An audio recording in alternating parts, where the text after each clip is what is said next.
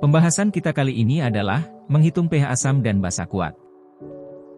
Yang pertama, kita akan menghitung asam kuat. Di sini kita punya beberapa senyawa asam kuat antara lain HNO3, HCl, HBr, H2SO4, Hi, dan HClO4. Nah, sobat kimia, selain tahu senyawa kimianya, kita juga harus tahu namanya. HNO3 adalah asam nitrat, HCl adalah asam klorida, HBr adalah asam bromida, H2SO4 adalah asam sulfat, Hi adalah asam iodida, HClO4 adalah asam perklorat. Nah, sobat kimia, sudah tahu belum rumus asam kuat? Rumus asam kuat adalah konsentrasi H+ sama dengan A dikali Ma, di mana A adalah koefisien dari H+. Misalkan, kita punya H2SO4. Jumlah koefisien H2SO4 adalah 2, berarti A sama dengan 2. Kemudian, A dikali Ma. Nah, M di sini adalah molaritas. Rumusnya molaritas adalah M sama dengan mol dibagi volume. Atau M sama dengan gram dibagi mr, dikali 1000 per volume, di mana volumenya adalah mililiter. Nah, bagaimana jika dalam soal yang diketahui adalah massa jenis dan kadar?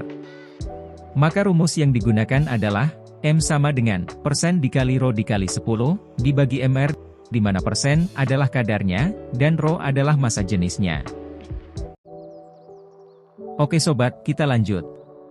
Nah, untuk mencari pH-nya, kita tinggal mengubah hasil dari konsentrasi H+ ke min log, yaitu seperti pada rumus ini.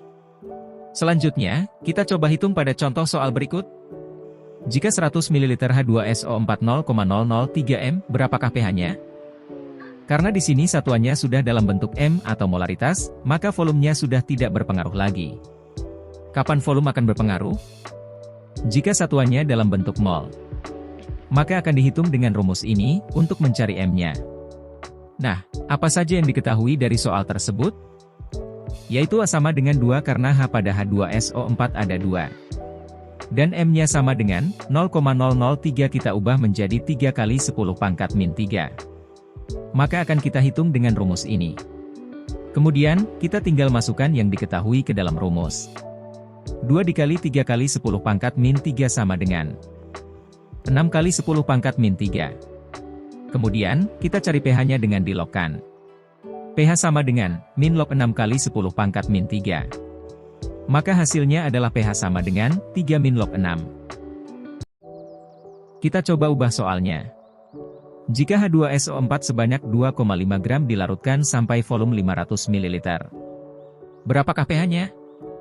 Diketahui mr-nya 98. Karena yang diketahui adalah gram, volume dan mr. Jadi kita gunakan rumus, M sama dengan gram, dibagi mr dikali, 1000 dibagi volume. M sama dengan 2,5 dibagi 98, dikali 1000 dibagi 500. Jadi 0,02 dikali 2. Kemudian 0,02 dikali 2, maka M sama dengan 0,04 atau 4 kali 10 pangkat min 2.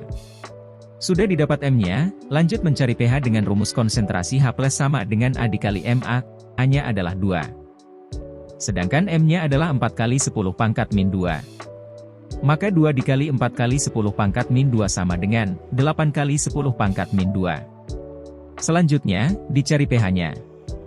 Dengan rumus ini, pH sama dengan min log 8 kali 10 pangkat min 2. Menjadi 2 min log 8.